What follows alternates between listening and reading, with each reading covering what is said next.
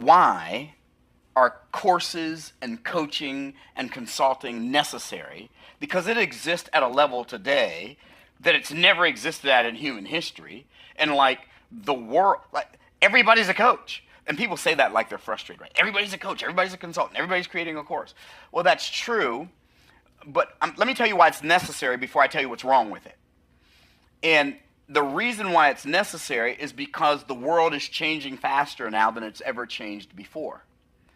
And people need guides to help them navigate the new landscape that once upon a time changed every couple thousand years. Once upon a time changed every couple of centuries. Once upon a time, in our lifetime, it changed every decade or so. But now it changes every couple of weeks. Like the landscape of the world and what works in the world, literally, with the advent of AI, changes every couple of weeks. Like how do you live in a world like this, where now we've got devices that we didn't used to need? We've got cars that drive themselves and drive you crazy. Okay, I don't want a self-driving car. I know I'm old-fashioned, but the key word in old-fashioned is old. Okay, so let's don't be confused about it. Okay, I don't trust some machine driving me around and it doesn't have my best interest in mind. I'm just saying. Okay, and so why do we need all these coaches? Well, if you think about it, from the beginning of time to about the mid-1700s, the economic infrastructure of the world, I'm going to go over here to this digital blackboard, the economic infrastructure of the world from Adam and Eve in the Garden of Eden to mid-1700s, we'll just say 1750, right? The economic infrastructure of the world was based on agriculture. And so it was the agricultural age, and in the agricultural age, land equaled wealth. And the people who owned the land owned the wealth. And if you were born into a family that owned land, you were born rich. And you stay rich your whole life unless somebody who's more powerful than your king, some kingdom more powerful than your kingdom, came, conquered your land, and took all your land. You would be rich your whole life. If you were born into a family that didn't have land, you'd be poor your whole life. Middle class wasn't a thing. There was no middle class. There was rich, there was poor. There were the lords and the ladies, and there were the peasants. And the lords and the ladies are the people who own the land. That's where we get the term landlord from. Why? Because they would let peasants live on their land, farm their land, produce all the wealth of their land, bring them most of the wealth, keep enough food to stay strong enough to farm the land again next year. That whole concept lasted for thousands of years. But here's the interesting thing about that. Notice what I said. It lasted for thousands of years. And so change happened very, very slowly. If you lived from the time of Adam and Eve until the mid-1700s, it'd be highly unlikely that you'd see 3 world changes in your lifetime. Man, I remember when televisions were black and white. Like I remember when television was black and white. I remember when they introduced television in color, and it wasn't called color. You know what it was called? It was called Technicolor. Some of y'all remember that, right? I remember when they introduced high-definition television. And then now that we've got 4K and 8K, you go back and attempt to watch something from like the 60s, 70s, and 80s, you're like, how do we even watch that? You can't see anything, right? But, so we see a lot of changes. So I remember when the internet was Prodigy and CompuServe, and it was nothing but billboards. And now the internet's, it's like ubiquitous to our lives. We absolutely have to have it. Well, from the mid-1700s, 1750, to the mid-1900s, about 1950, we went into the industrial age. And in the industrial age, machines equaled wealth, and the people who owned the machines owned the wealth. And so what created wealth was the ability to build a machine that did something for you. First machines that were ever built were machines that helped people farm the land. Why? Because that was the thing that needed to be done. So this economic era actually created the need for this economic era. And so they did this. What do they need a coach for? You go farm the land or you don't farm the land. What do they need a coach for? You learn how to use this machine. And so what happened in this time, the thing about this was change happened very slowly in the agricultural age, but in the industrial age, machines equaling wealth, the people who own the machines own the wealth, but the people who own the machines also had the control.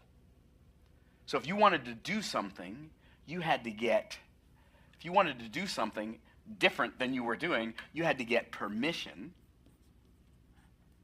from somebody who owned a machine. What do I mean by that? You had to get permission from somebody who owned a machine. You think you can, I'm a writer. Yeah, you think you're a writer? You need to go to a company that publishes books, and they need to believe that you're a writer, or you can't be a writer. You think you're a singer? You think you're a singer? You think you're an artist? Well, you got to go to a record label, and you got to sing in front of them, and they've got to believe in your ability to be an artist and sell albums and attract crowds, or you don't get to be an artist. In the industrial age, in order for you to change your station in life, you needed to get permission from somebody who owned a machine. Having a coach, having a vocal coach, when Barry Gordy didn't think you could sing, is not going to do you any good. Taking guitar lessons, if Sony Records didn't think you were a good guitar player, it didn't matter. Somebody had to approve, put their stamp of approval. By the way, it was during the industrial age when the whole idea that you need to get a college degree so you don't have to work on the machines anymore, but you can manage people working on the machines. That's when the whole you got to get a college degree to be successful came into, and it worked during the industrial age. But the industrial age lasted until about the mid 1950s. People say, "Oh, we're in the industrial age." The industrial age is long gone. But the industrial age created the need for something else. So from the mid 1950s. From the 1950s to 1978, we were in the distribution age. In the distribution age, outlets equaled wealth. And why am I telling you this? Because if you're going to create wealth, you have to create wealth in the era in which you live. The biggest problem people have, people think, "Oh, I don't make enough money." Well, the reason probably the reason you're struggling financially, one of them anyway, is because you are attempting to earn a living in the past. Like a college degree for somebody who's going to be a medical doctor, that's a good thing. A college degree for somebody who's going to be an engineer and build bridges, please, pay attention in math class. I got to drive across that bridge, right? But a college degree for everybody for the sake of getting a college degree is a nonsensical idea in 2026. It doesn't make any sense. If a college degree is not going to help you learn how to do the thing that you want to do, a college degree is a waste of time and a waste of money. A college degree for a college degree's sake doesn't make any sense. And most college degrees, most college degrees, by the time you graduate from college, everything that you learned is already obsolete. So, but outlets equal wealth. And so 1978 to about 1994, we went into the technology age. And what's really interesting is in the tech age, tech know-how. Tech hyphen know hyphen how equaled wealth. And so tech know-how equaled wealth, and if you knew how to create some kind of technology, you would be rich. And I remember specifically myself, my brother Derek became a software engineer. I remember between 1978 and 1994, we started seeing these tech geniuses, Bill Gates, Steve Jobs, Steve Wozniak, Michael Dell, all these people on the cover of Time magazine. And so everybody in the early 1980s wanted to go to school for computer programming. Man, if I could just learn how to program computers. Not realizing that they got there too late.